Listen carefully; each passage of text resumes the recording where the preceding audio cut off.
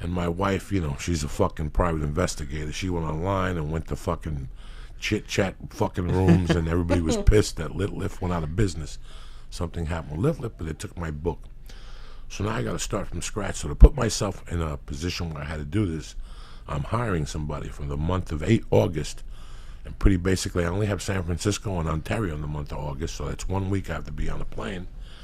And for 3.5 weeks, we're just going to write this fucking, the 3 or 4 chapters to get an advance and to see what we have to do, you know. And it's a good learning experience for both of us. He's from NYU. But the bottom line was that throughout this whole 3 years, the thing that's driven me not to even send him this stuff is fear. You know, I'm sick and tired of dealing with fear. And I dealt with it for fucking 30 years, and then I started doing little things about it. Just little things. But anyway, to get back to this book, Gordon sent me a book. I always get little emails from people, and they send it to the webpage. And you know what, man? I know that a lot of you guys are aspiring writers. We'll just talk with writers this week. But this applies for everything. You know, he sent me a book called The Art of War for Writers. Okay? Now, I've read half of it already. But there was something I read in the introduction that I had to write down on a piece of paper because it fucked with me so much. And let me tell you what this is. You know, he breaks the book into chapters. So The Art of War is for writers, my modest attempt as a field manual for all writing wretches, because I know how hard it is out there. Following Sun Tzu's example, I'll keep the subject compact, subsumed under 3 main areas. Reconnaissance, he wrote this. The section is primarily about the mental game of writing, because what happens in your head affects everything else. Dick Simon of Simon & Schuster fame once said, all writers, without exception, are scared to death. Some simply hide it better than others. That's the story of my life. You know, I've just hidden my fears, and I've gotten away with it. And I know a lot of you guys, whenever we talk about the subject fear, I get a lot of emails 3-4 days later that now they understood what was going on with them, and we haven't touched on it in a while. And I told Lee, I go, Lee, you know what, man, I've been getting more and more emails from writers, and, you know, we haven't spoken about fear lately, because that little statement that a publishing company, a guy, Simon Schuster, whatever the fuck they are, would say, you know, all exception, without exemption, have some type of fear. What do you think, is there a difference between fear and doubt? Like doubt in yourself?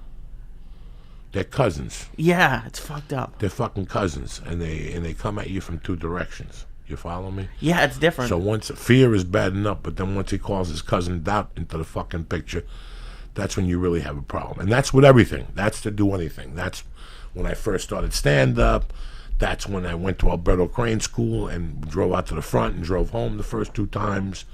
That's just fear. That's just something that, you know, and it goes back to what we were talking about a few months ago. This could ruin your life. Yeah.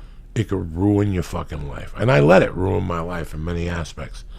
But I don't give a fuck if my life is ruined in those aspects. You know what I'm saying? Like, I'm the type of guy that I won't go for a 4 o'clock audition on the west side because I'm scared of traffic. I've done that traffic, and I got to tell you something. It ain't that fucking bad. It's worse in my head. Right. I always call you and go, I'm in the fucking car doing 90. I'm 405. And all of a sudden, I'm like, I'm not going to get home till 7. And all of a sudden, I'm pulling up at 5:30. I'm going, how the fuck did that happen? It's worse in my head. And that's what we let fear do. It's something that it gets worse in your head. And then while you're doing it, you're like, this wasn't so fucking bad. What was all that bullshit about? What was all that bullshit about? It's like when I go get a needle. For years, it was this fucking 3 days of drama following for a 10-second needle. That's what all this fear was into. Yeah. You know, sometimes when we have fear, it stops us from growing.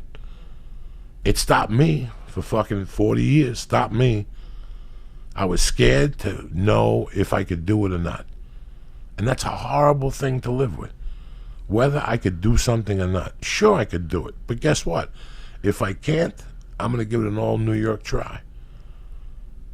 And I go back to this topic, and I know you people are like, Joey, we don't want to hear this. I go back to jiu-jitsu and this fear I had of jiu-jitsu and being on my back. What I did, that was like 2 months ago, in May, I think. There was a week after going to Alberto Cranes for a year and a half that I didn't go because of fear. Really? Yeah, because I was jumping rope or something. I didn't feel good, and I'm like, I can't breathe. I'm not going to go. I didn't go all fucking week one time. After going there that's how much fear affects my fucking life. You know, with the comedy store, I'm not scared to go to the comedy store.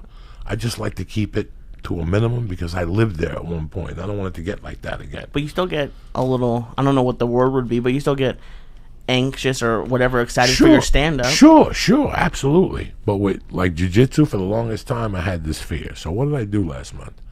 I got a Groupon. I heard about this teacher. I heard about this school. And before I joined Alberto's, I had heard about this guy. And I heard about how clean his school was, how he ran the school. There's no timer in the school for competitions. He doesn't really like competitive. He believes in old school jiu-jitsu, the basics, and that's it. So I went on Groupon. You know me. I found the Groupon, $29 for the first month, and I went down there just to try it out. And last month, because of that week, I punished myself. I forced myself to go to jiu-jitsu as much as I could, and I went 14 times last month. What do you normally go? 8. Oh, Jesus, okay. I went 14 times last month. This time, so far this month, I'm at 6. And it's only the 10th. And I got all next week off so I could go 4 times. I found a new way to train. I go to Alberto's and I go to the other place. The other place is a little slower. It's a lot more drilling.